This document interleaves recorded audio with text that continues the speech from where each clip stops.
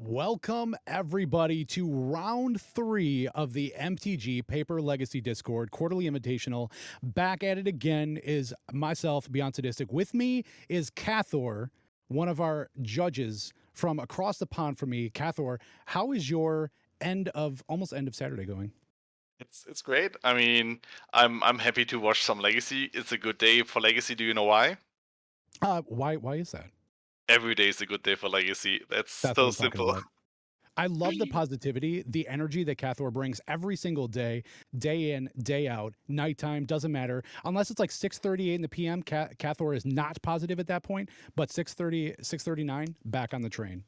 So yeah, I'm very excited for this. We've seen some really, really hot matches today, some really tight plays. Cathor, you've been watching. What are some of the favorite things that you've seen today?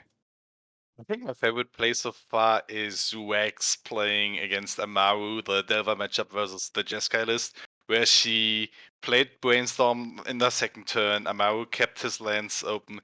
He tried to fetch in response. She stifled in response. He cast Force of Will. And then he tries to cast the Hull Breach, and she just plays the days, and Yes. everything works out perfectly for her, as if she planned it 5 turns ahead, even if it was only the second turn. So that Yeah. was a beautiful play. I Yeah. really loved that. I agree. And that's one of the really awesome things. We don't get to see Stifle all the time, but when Stifle's good, Stifle's good. And that's exactly what we love to see here is those players, those intelligent plays, those tight plays, those holding your cards to the chest, that little smirk, got that anime, the speed lines going. That's the cool ass stuff that we love to see here. So I agree. That's actually my favorite play as well. I also watching that first match that we saw with Tensai mauling down to 5 on Curse Stompy and literally just having it all, never punished, being able to just pile on one curse after another, just really just squeezing the life out of the painter deck there. That was really cool to see. I mean, we have two Delver decks today, two animated decks, and the rest is diverse. But I have to say, the Curse Stompy that it's like led on by Weeple Cheap, who made the deck very famous and is kind of the figurehead of the whole archetype. It's a really sweet deck that has multiple lines to win. Because when I played against the deck, I was like, okay, it's a slow, non-combo deck, no force of will. That seems to be easy. Like, I played Doomsday. What can he have? He can have Chalice, Sphere, Opposition Agent. Like, he can have Leyline, which can be annoying if you want to try to go for LED flashback deep analysis piles. So I was amazed how flexible the deck can be in the way plays out depending on the hand. So this is the really interesting matchup. It can play very different games 1 and 2, and we saw that previously. Yeah. This also, Overwhelming Splendor is an absolute powerhouse and literally shuts off almost every single threat in Legacy. Overwhelming Splendor being resolved or being put into play off of another curse is literally lights out for almost every deck out there. Yes, there are decks that still win with 1/1s. However, most of our super powerful top decks that we're getting off in Legacy have abilities. They have 8,000 things. We have cards that are stapled onto the back of cards because we can't fit all the text on the front. It literally turns all of those into 1/1s, which is really, really awesome. I think so too. Also, it's one of the cards because for judges, it's really interesting because there are a lot of what is humility with this card doing? And people don't play humility anymore. But this card, this is secret humility, and you get all the funny rulings with it. Yeah, agreed. And Cathor, being a judge, gets to see and hear all of those fun interactions. Also, just another reason, if you haven't clicked the link yet, click the link. Join the Discord. There's just under 3,000 players that are playing Paper Legacy. They're playing with proxies. They're playing with their friends. They're playing over webcam. And in case you've got that really weird, my opponent just played a Humility, and there's Opalescence on the board with a Blood Moon, and my Urza's making a construct. At Judge, somebody like Cathor comes to your rescue, answers all your questions for you, and if he doesn't have the answer, he knows exactly where to get it. So that way these games continue moving on as smooth as silk. Perfect. So, So, what do you think? How will this match go game one against Delver? What do you expect to happen? Is it like a do you see chalices early on? Do you see a very fast curse? What do you think? What might be going on this time around? So with Rax, it's going to be very, very important for Rax to have permission because at any given time, Tensai is going to be able to have it and go for it. That's the biggest thing. As soon as Curse of Misfortune is able to hit the board, and it can, Rax has to have an answer, or it's going to snowball out of control. Because once it hits the board, Rax has one permanent that can actually take a curse off the field, and I think that's Brazen Borrow, which is in game two. So Yep. Rax is really going to have to keep all that permission, and it's going to have to hinge on that as well.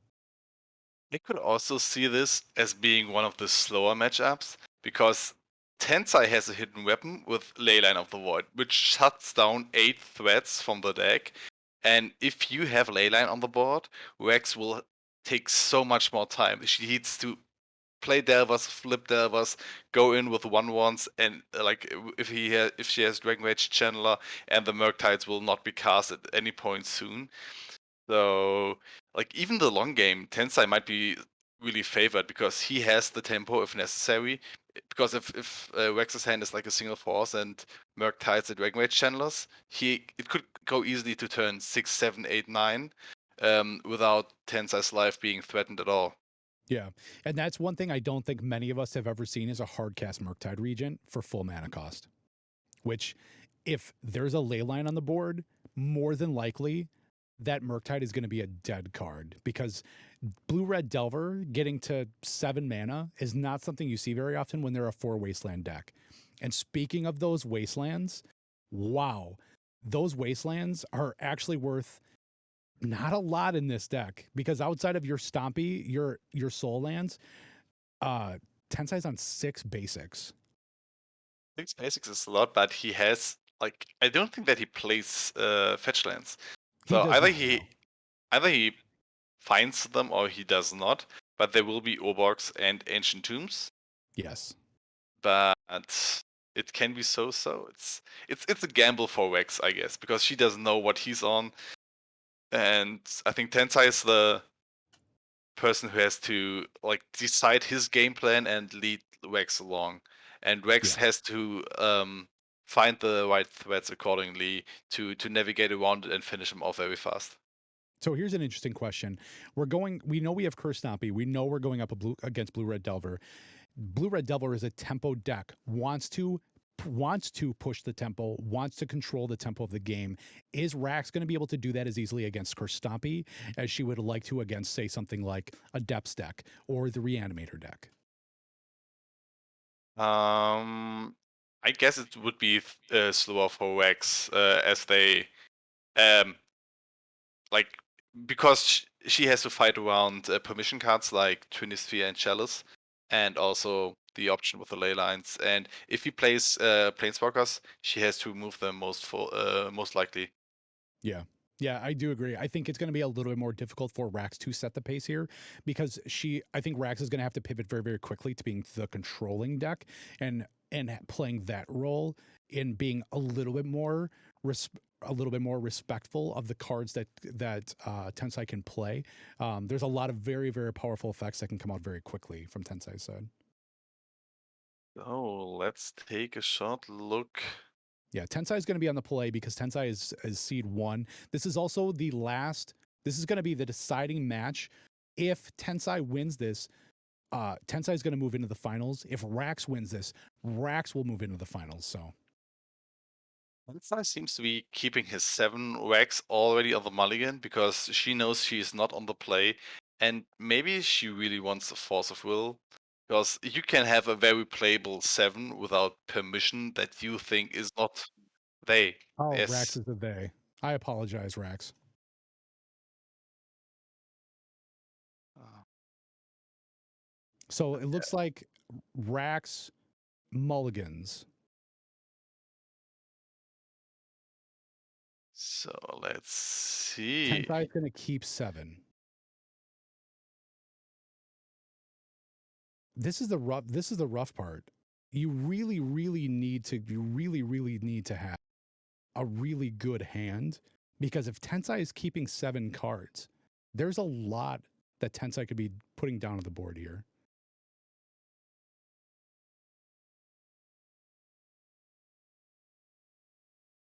No, Rax mulliganing again. They're going down to 5. Really That not is. being able, yeah, really not seeing what it is that they need. So what is it that Rax really needs an opening hand here? I mean, if she really wants a force of will, now they would be mulligan down to 3, it being again close to a him. Right. And then I don't see how they have the tempo play to go against 10 size full hand. This will be an uphill struggle for Yeah. them. Yeah. I agree. Keeps the 5. All right. So ley line in play immediately. Pre-game effect. Never mind. Not yet. will be will be in the play. Yes, Tensai is on the play. Tensai is the number 1 seed. As long as Tensai stays in the top bracket, Tensai will be on the play.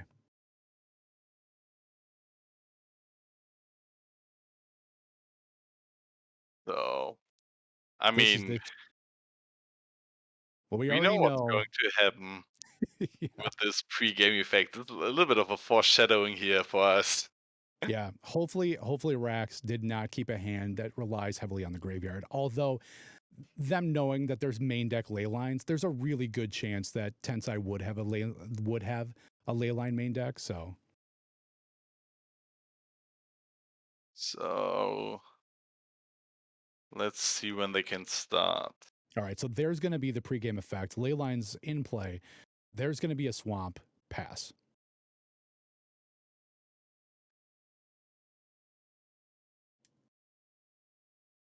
This is so basic island and pass. Interesting. Looks like we are in for a slower game this time around. Absolutely. I would have a feeling that Tensai, there's going to be a soul line that's going to be an ancient tomb and passes it back with 5 cards in hand. I mean, there's no need for him to rush it Actually, out. There's no he should have pressure. 6 cards in hand. My bad. There's going to be a Scalding Tarn fetch. Okay. Um, Tensai does not have any way to obstruct mana here, so I think getting a Volcanic Island is probably the play. That way, Rax is just able to develop as much mana as they need to. I mean, the good thing is even if there's a like early game Dragon Rage Channeler, Rex can do it as a like filtering resource. Yeah, very true. And There's the Dragon's Rage Channeler. Um, oh, and a sudden edict. Goodbye, Dragon's Rage Channeler.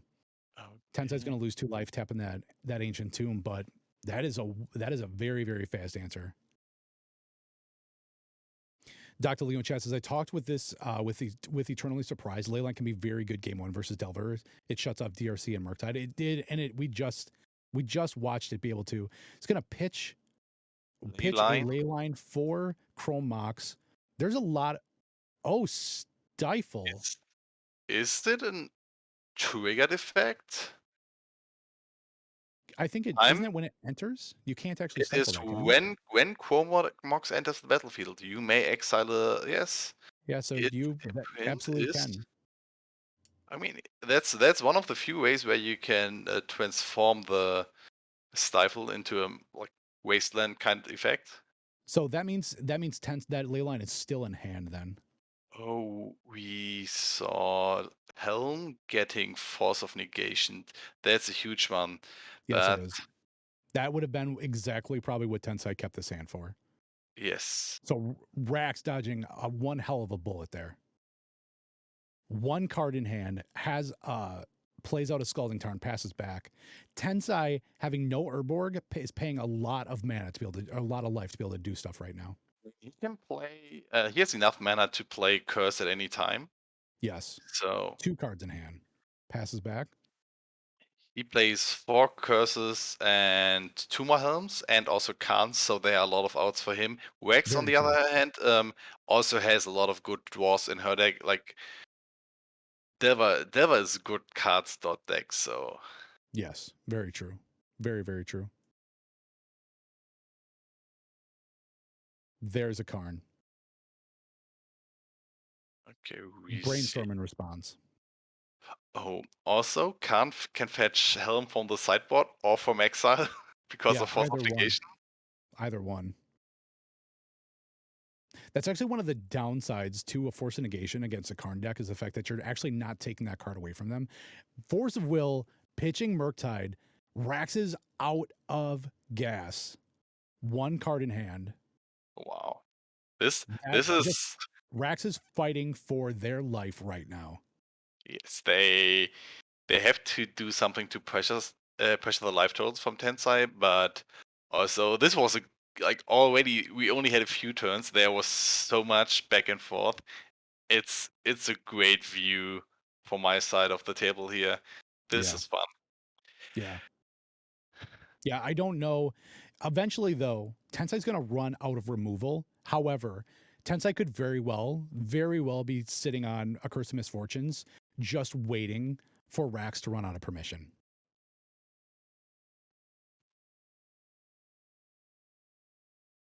Looks like Tensai is just going to pass it back again. Pass, draw, draw, go. Interesting, interesting. What a turn of events this has been. There's going to be a young pyromancer. Rax finally able to suddenly Ah, like oh, but Tensai forgot that she still has permission, yes, like priority to do yes. something in response. So Rax is still going to get a 1/1. Yes. Now sacrifice the young pyromancer. Actually, why couldn't Rax sacrifice the The trigger elemental? for the Pyromancer goes on the stack, and then Oh, Tensei gotcha. can You're still respond to the trigger on the stack. yes, very true. Now Ponder's gonna resolve. Split second. Yes, they had every opportunity to cast this Ponder there because Yeah, he Tensai didn't have priority there. Chalice on 1. That's a big deal. That is a huge, huge deal.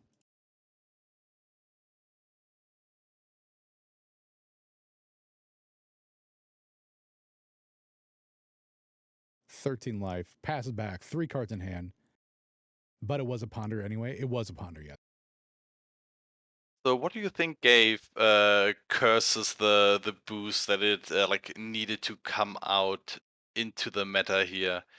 Delver is nothing new. Oh, we Third see. split second. Okay. Wow. Honestly, I think the biggest thing here is the fact of how efficient this curses deck is. There's not a whole lot of screwing around, to be totally honest. It just the Curse of Misfortunes being a 4 of, the rest of everything else, the Retrofitter Foundry, we know is a grindy card. Trinisphere being able to slow everything down. Main deck Helm with Leyline, main deck Leyline period shuts off a lot of different effects. The mana base isn't too terrible with the four ancient tombs. But Urza Saga being able to enable a lot of these game plans. Um, yeah, it's kind of just a really efficient shell, to be honest. Because I'm thinking like if we look at the Modern Horizons 2 cards, there is Urza Saga and there's the Sudden Edict. Is there something else that gives this deck some more legs? I mean, don't want to talk down on Urza Saga because the card is the real thing. It's a bomb. Yeah, there's nothing else in this deck that's from Modern Horizons 2. Hardcast Force of Will. Rax just literally running on empty here, hanging on, permission after permission. Tensai literally in the driver's seat, playing threat after threat. Absolutely. Rax being the control deck here. I love to see this. Blue Red Delver being able to make that pivot as fast as it could game 1. That's been pretty awesome. I'm not sure, but is Rex able to hardcast Murktide right now? I see Actually, this. if there was an Urborg down, yes. Do they have enough lands in their deck? So I see 2 volcanics, 1 island, 1 mountain. So they should have 2 more volcanics probably. Let's look at the deck list real fast. 4x. Floating a mana, plays the City of Traders, taps the City of Traders for mana. This is going to be 4 mana right here. If this is a Curse of Misfortunes, 6 mana, pays 2 life. Is this a Curse of Fool's Wisdom? No. No, that's a Cruel Reality. Cool reality. That's a finisher. Oh no. That is a bomb. Rax really, really needs to do something now. Cruel Reality is an enchant player. At the beginning of enchanted player's upkeep, that player sacrifices a creature or a planeswalker. If that player can't, they lose 5 life. So going to drop the days, going to days Cruel Reality here. Still has mana floating from Ancient Tomb. It's unfortunate. It would be so great if they could have converted this into 2 life. Even if Bold is down right now. All right, Rax goes to 11, and I think that's it. Oh no, Rax gonna No. have to pick him up. Man, man, that was crazy. It was a good game one. That was something to look at. I Yeah, that mean, was absolutely incredible. I hope you guys enjoyed that. Curse Stompy doing what Curse Stompy really, really does. One thread after another after another. Just you Rax needed answers almost every single turn. That was insane. Let's look at the sideboards here. I don't even know Rax, what does Rax have for answers here? Rax in the sideboard has 1 Alpine Moon, 1 Blue Elemental Blast, 1 End the Festivities, 1 Flusterstorm, a Grafdigger's Cage, 2 Meltdown, 2 Red Elemental Blasts, 2 Surgical Extractions, 1 Brazen Borrower, another Force of Negation, a Hull Breacher, and a Submerge. What do you think Rax brings in here? um, so first of all, I think Meltdown is a really good card against Chalice, Chromox, and possibly Twinisphere. Then we have Surgical Extraction, which might help if they can get rid of one of the threats. Like if you counter one of the helms, get rid of them, or the cants, or the curses, Force of Negation for sure. And that's basically it, because I don't see any of the other cards doing much for X. I Flusterstorm doesn't seem too great because it only gets rid of dark rituals. So Yeah. Yeah, I agree. Hull Breacher absolutely dead here. Brazen Borrower, really, I don't think the answer that Rax is looking for. I think Surgicals could be very good, and I do agree. Meltdown is a bomb, especially considering on Tensei's side, Tensei is also a deck that wants to be able to pivot and use Retrofitter Foundry as an answer as well, if need be. Plus, can really stifle the mana, can hit the Chrome Moxin as well. There's a lot of things there's 15 cards in the main deck of Curse Stompy that Meltdown can just obliterate.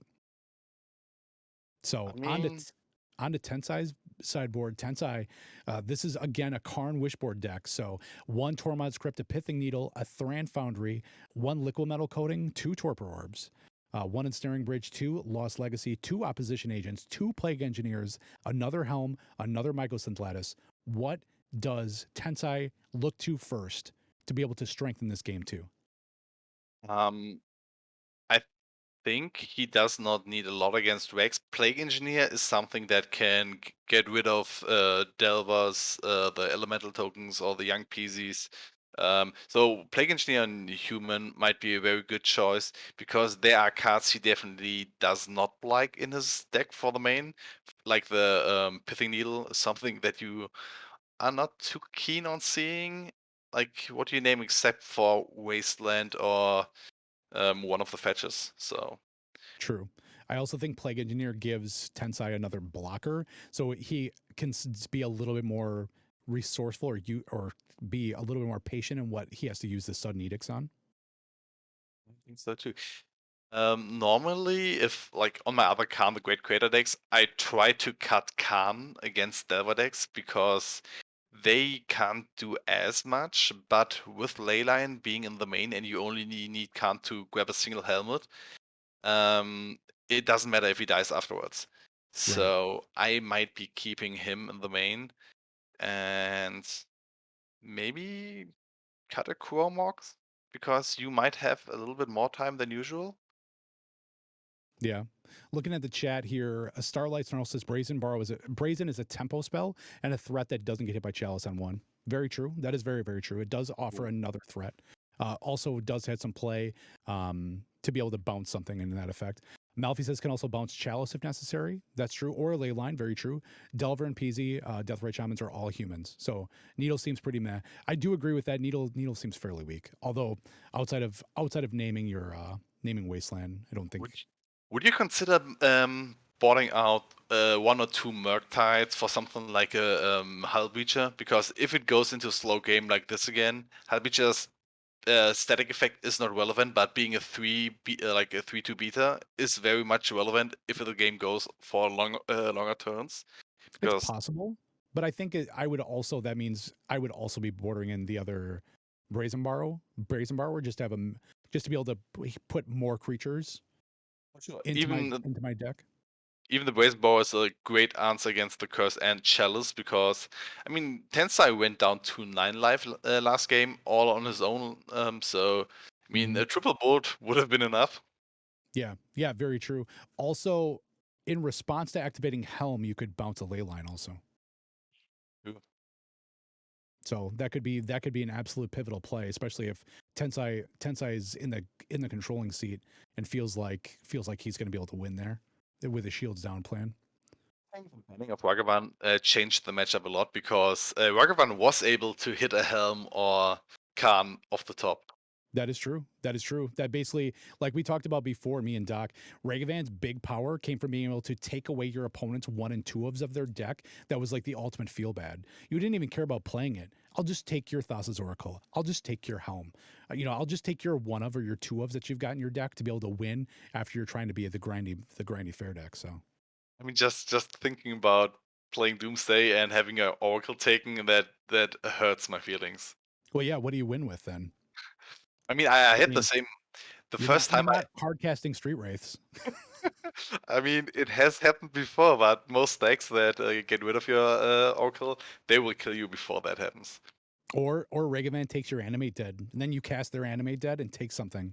Or you cast, I mean, you take their reanimate, then you cast their reanimate and take something out of their graveyard. All Dark Ritual, so we are not going the slow route today. No, I have a feeling this is going to be a Curse of Misfortunes, and it's probably going to need some permission.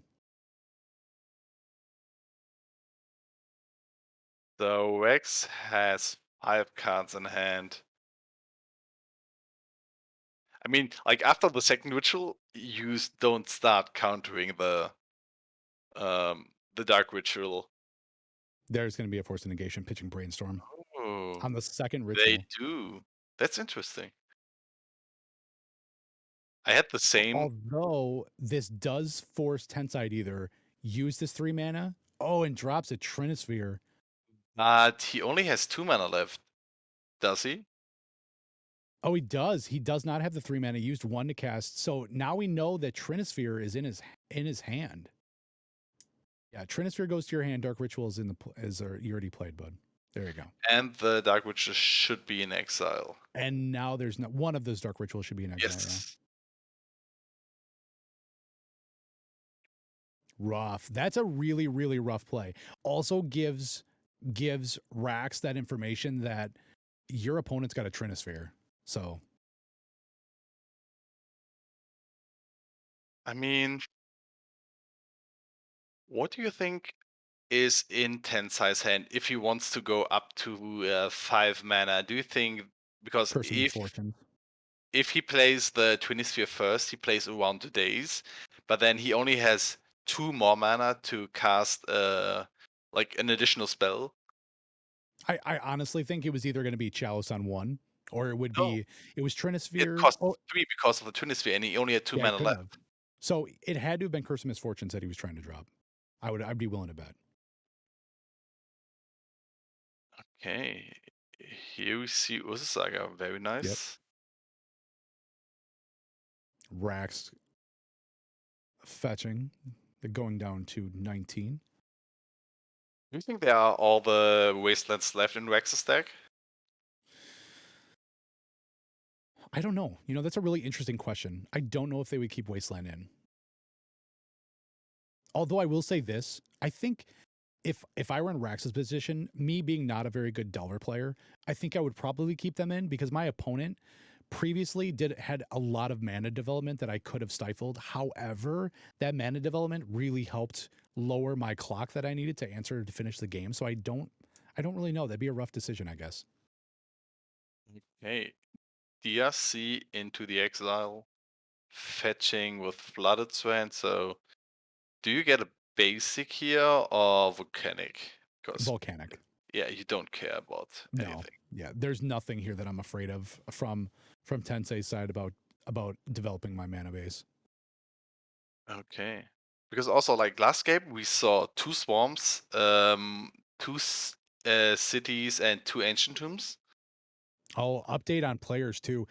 Oliver V versus Eternally Surprised. Blue Red Reanimator loses in two Blue Red Delver. So Oliver V is out for today. Prez versus Amaru. Red White Painter versus Jeskai Control. Red White Painter is up a game over Jeskai Control right now as well. Oh. Looking at the game, the Twinisphere resolved. Tensai valuing the Twinisphere. Well, oh, okay, Oh, it it is did not not going to resolve. resolve. Trigger the Dragon's Rage Channeler. Oh, that's a 3-for-1. Like expressive iteration is a really good Yep. card to see being gone. Although I think there's still a creature we're missing in the graveyard, right? Is there? I don't think so. Yeah, there is not a creature yet, so still missing that. So Dragon's Rage Channeler is still going to be just a 1/1.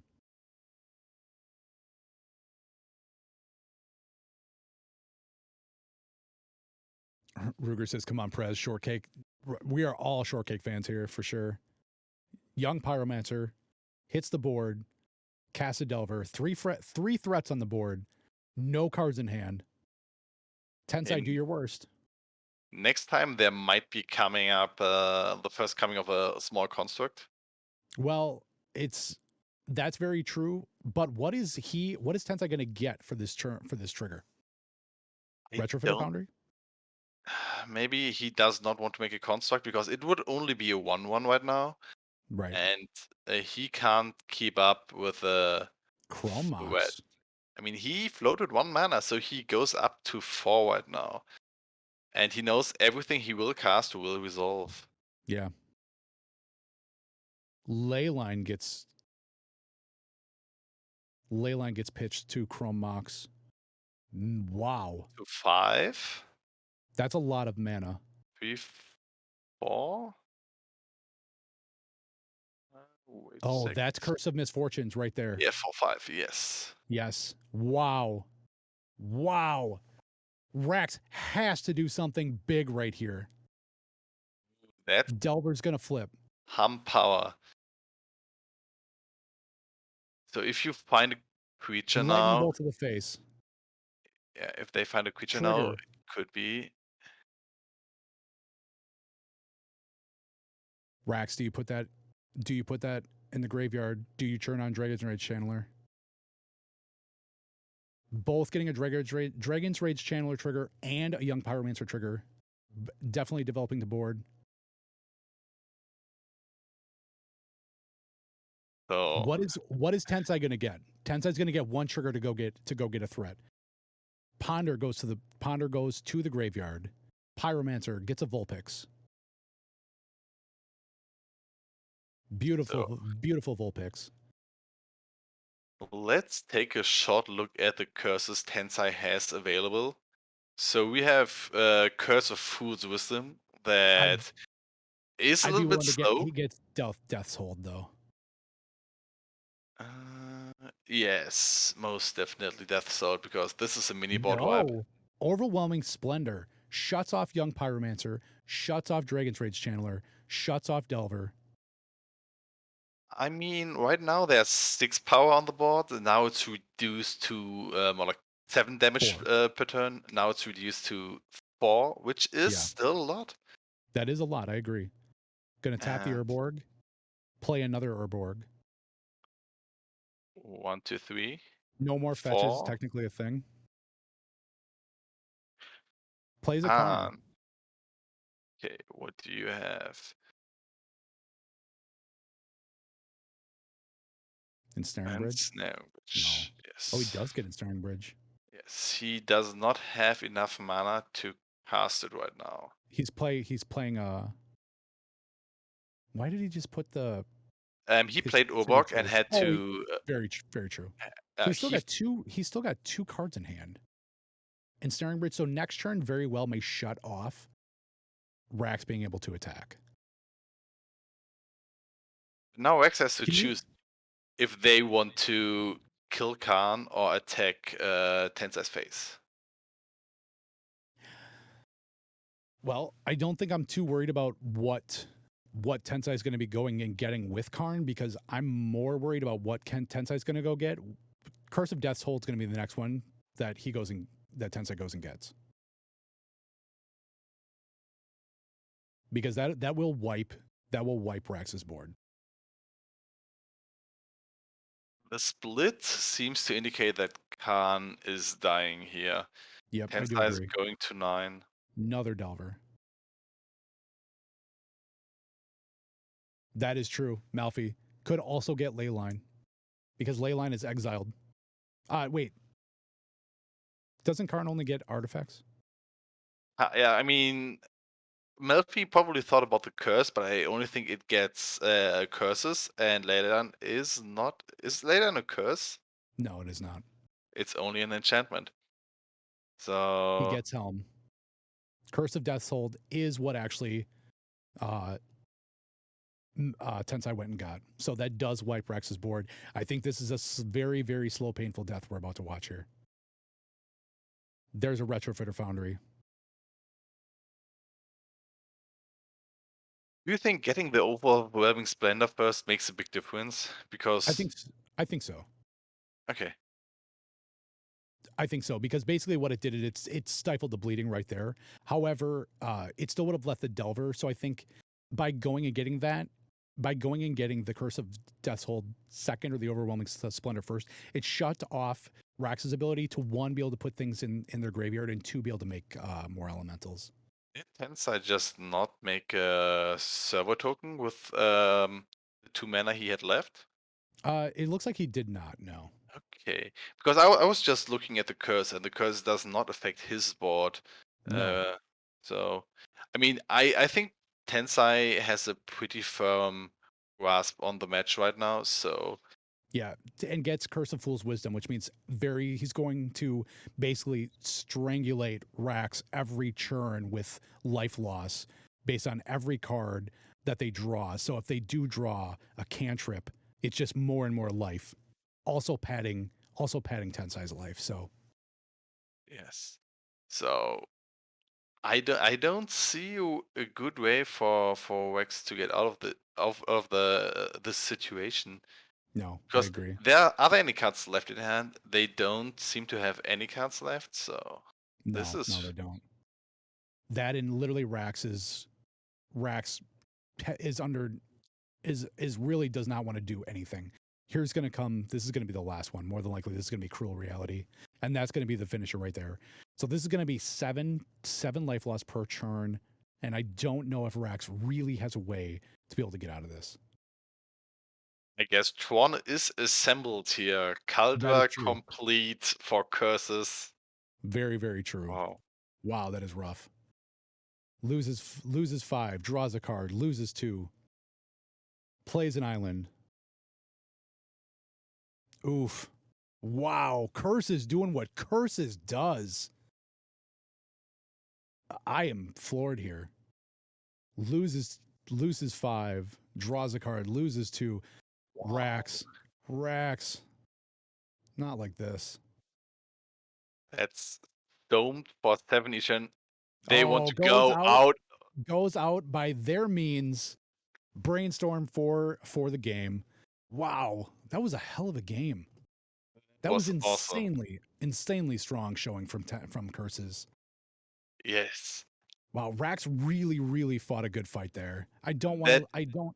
I want to know. I want to note that we saw Delver pivot hard to be a control deck that game one very quickly and was able to fight back every single bomb for turn after turn after turn that Curses was dropping on the board. That was huge. That was absolutely huge. Oh, we see the sideboard here. So we had the Meltdown, the Brazen Bower, the Surgicals, the Force, and the Hull Reacher. and the Hull Breacher. So So it was I think we exactly were what we pretty had spot planned. on. Yeah, agreed. Still alive, Prez says. Prez, congratulations. So Prez won in 2. So that means that Amaru is out. So this is the new board. Tensai is moving on to the finals. Rax is the top seed in the bottom now. So now, and Prez. So that means this is going to be Prez versus Rax to see who is going to go up to the finals against Tensai. That's insane. That is absolutely insane, my friends. So Yeah. Quest has to play Eternally Surprised as our next matchup. Oh, that's So we right. will be Yes. seeing some more blue-red Delver. And this matchup is totally different from the one that we saw just now, because it's interesting how the worlds shift depending on the matchup, where Delver has to be the aggressive deck or the controlling deck. And this is the joy of Legacy, where you can take the same deck, and depending on what you see on your opponent's side, you have to completely rethink how you approach the game, which kind of hands you want to keep. So the next game will also be very interesting. I'm looking really forward to seeing a very experienced player on Painter playing against Eternally, who pilots one of the or the best deck in Legacy. Yeah, I agree. And this is going to be the it for me. I have been here for the first 3 rounds. I appreciate you guys hanging out with me, watching the amazing legacy that we saw. Next, for the next round, you're going to see Oliver V coming off of his loss to Eternally Surprised in the last round with Reanimator. So you're gonna be able to see that coming up right here. Thank you so much for commentating with me, Cathor. Thank you to all of you for hanging out with us today, being part of the MTG Paper Legacy Discord. Thank you to all of the players that have put in so much work over the last few months to be able to grind those invitational points to be here and to put on one of the best shows that we've seen on Twitch. So I appreciate that, y'all. Thank you, Beyond, for commentating the first 3 rounds. You did an awesome job. It was a joy to watch the first 2 matches. You and Doc going back and forth. That's just so much added value to the gameplay. I hope you can continue watching our games, and we'll see what our next game has in for us. But I'm happy to welcome my new commentator in a minute or two. Yes, definitely. So, until then, let's get the players ready for the next game. Eternally Surprised and press BOTW. They should be preparing for the next round right now. So, Yeah, might as well. let's take a look at the deck list, and we'll be with you in a few seconds again. Yep. Thank you guys.